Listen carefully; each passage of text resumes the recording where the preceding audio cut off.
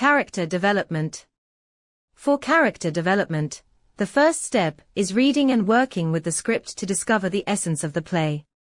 You're told elsewhere in this course that you shouldn't memorize your lines too soon to avoid acting out the part before investigating your character's life and emotions.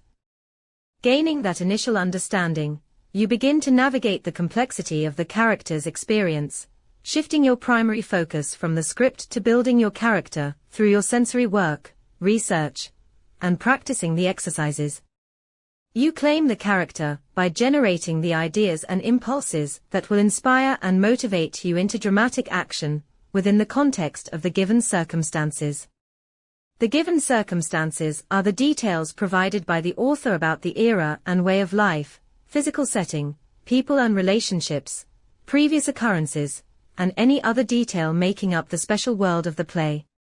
The great Russian poet and author, Alexander Pushkin, is credited with coining the phrase given circumstances in his aphorism, 1830 that, truth of passion, the verisimilitude of feeling placed in the given circumstances, that is what our reason demands of a writer, or of a dramatic poet. Stanislavski worked with the magic if which asks how you would behave if you were the character, which sometimes works, although it is not reliable.